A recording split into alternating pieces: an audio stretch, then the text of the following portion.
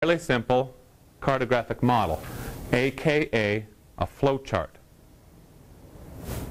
So what we have here is, and very generically, we have an input layer, and that input layer is used in a spatial operation, some sort of spatial operation. Doesn't necessarily have to be what we would say, yeah, that is spatial analysis, okay, by the book, but it's some sort of spatial operation, and that then produces a new output layer. That output layer is used in a second spatial operation that then produces a new second output layer that's then used in a third spatial operation to give us the final layer or the final output, the final answer. That's a very generic cartographic model. Cartographic models and the spatial analysis operations described by them can be applied sequentially, as in this case, where the output serves as the input for the next operation.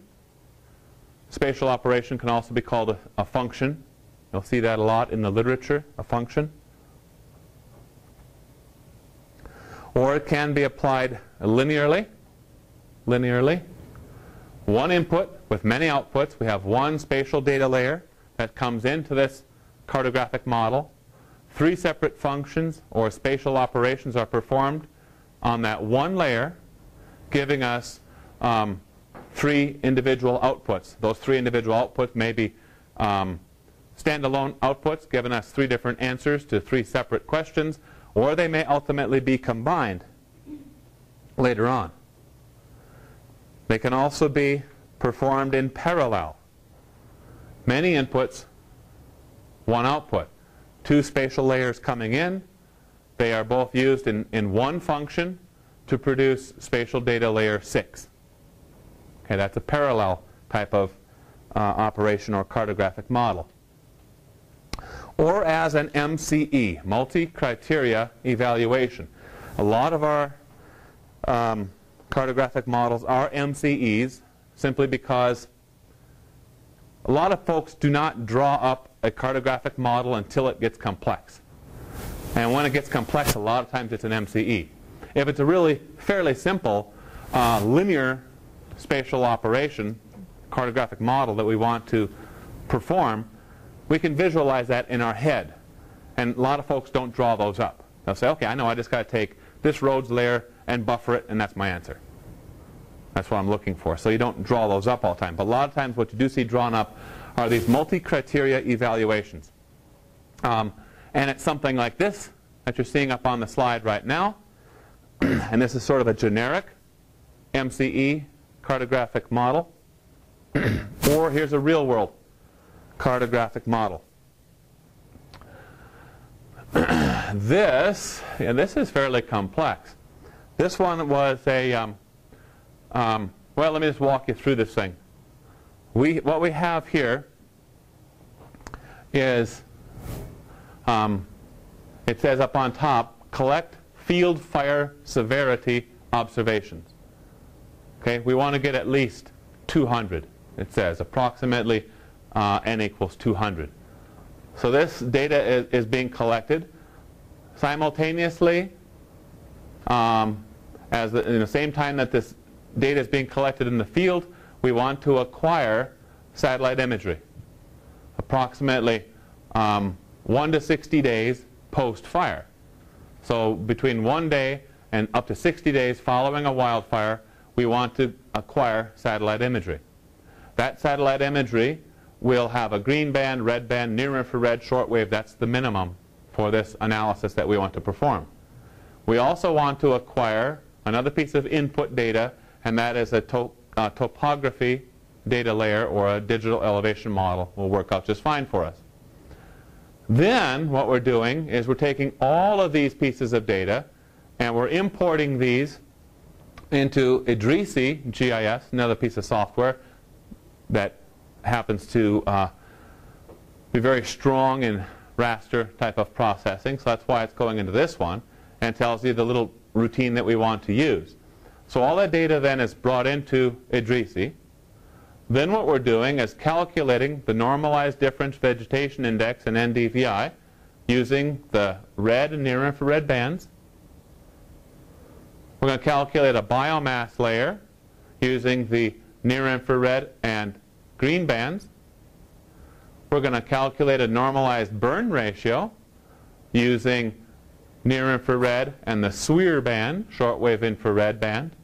We're also going to calculate a slope layer from this topography layer. So there's actually, each of these should be drawn up or would be drawn up as individual cartographic models, but it wouldn't all fit, of course, on here, so I've condensed those into kind of the end product that we get.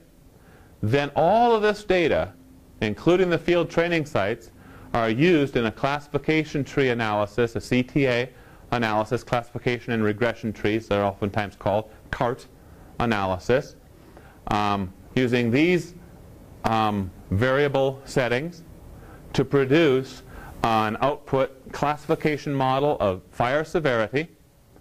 And then, of course, it says that we're going to assess the error using this error matrix routine. Wow. A lot of stuff being described. Okay? For the graduate students, maybe not for this class, although you're certainly welcome, and I really like to see cartographic models in those projects.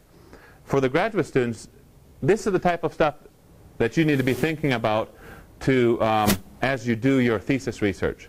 Okay?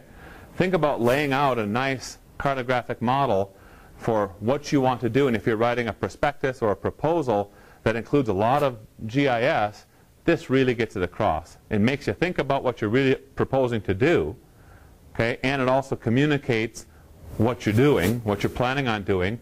And the other thing that these things are really, really good for, especially as you make them more and more detailed, I mean, they're up to a certain point, but as you make them fairly detailed, you can go back to these cartographic models and refer to them if you have to run the analysis again. Let's say that you're going to do a fire severity model for all the fires in 2009, and then you're going to wait until 2010 is officially over with, and then you're going to run the same model to estimate fire severity of all the fires in 2010, then in 2011, and so on and so forth. Well, you may not touch this thing for months and months and months, maybe a year at a time. And it's very, very easy to forget exactly what you did. And if you don't do things in a very systematic way, or at least a comparable way, then the results from 1 year's analysis may not really be something that you can compare with the next year's analysis. If you did the processing differently, you may not be able to make those comparisons between years. Okay? So these things can be great. They can also be very, very good when you're seeking publication, okay, and for your thesis chapters. That's just a little bit of advice to you. Okay? Let's talk about basic overlays. We showed a lot of different individual steps. Some things were kind of behind the scenes with that big flow chart or cartographic model we just looked at. But let's look at kind of what is behind the scenes and basic overlays here. Spatial analysis functions. Let's start off with vector. Focus on that to begin with. We have overlay tools, and we have proximity tools. And over here we have a screenshot from ArcGIS, where I have expanded the analysis tools. And we're seeing some extraction tools, overlay, and proximity. And we're going to focus on the overlay and proximity tools that are available to us. So for overlays, think cookies. I told you early on I'm a foodie, and I relate many, many things in my life back to food. This works very well, though. It really does. So one layer is typically the dough. The other is our cookie cutter.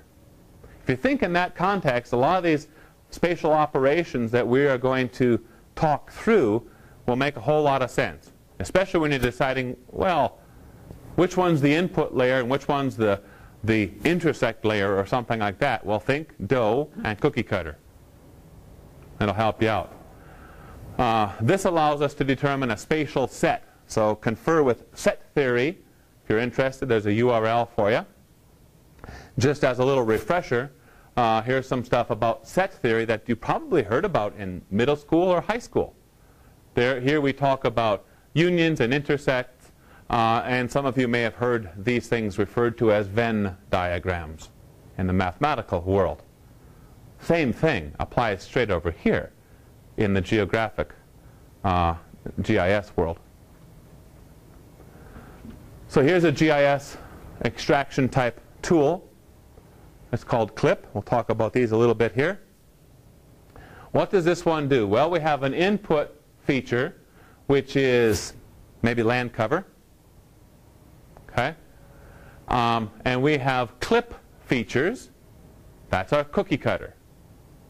And then we'll designate an output feature class, some sort of feature class in a geodatabase, let's say. We can set this up. It's not going to be difficult for us to fill out all these boxes and click OK and let it run. Okay?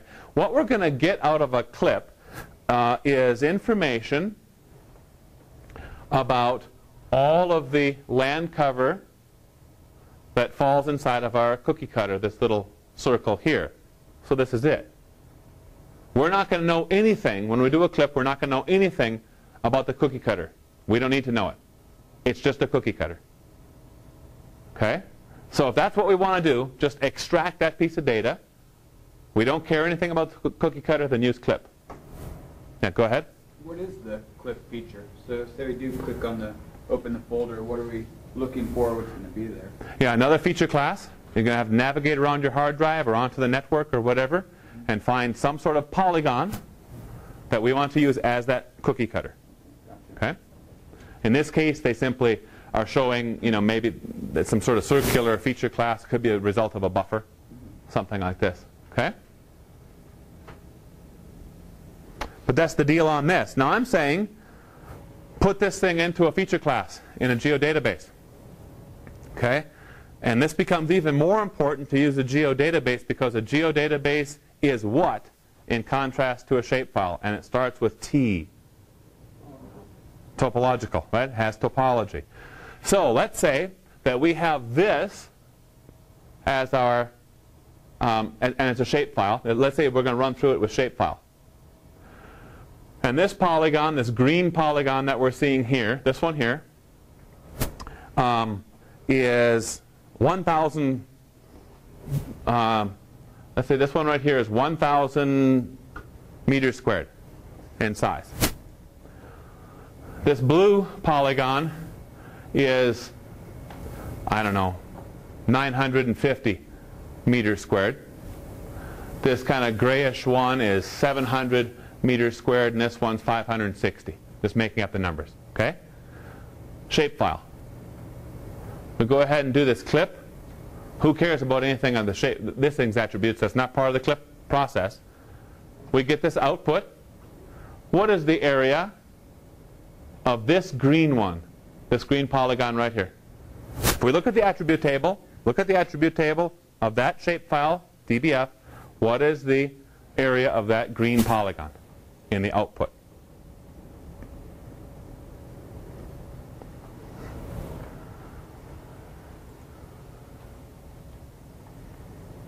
Dare I say it's 1,000 square meters? Yes, I do. I do dare. And Keith's right. You see, it's non-topological.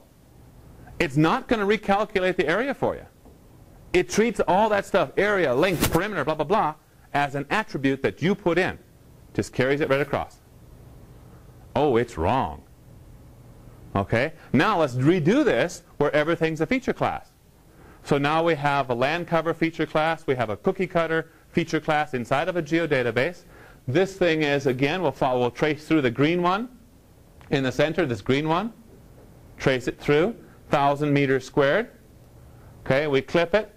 Output feature class is inside the geodatabase again. Maybe this is 650 or 600. It's going to be recalculated. That's the whole point of this little description here. Okay, so another good reason to be using the geodatabase. Leverage the geodatabase. Let ARC do all that work that it's very, very good at. Topology it's good at.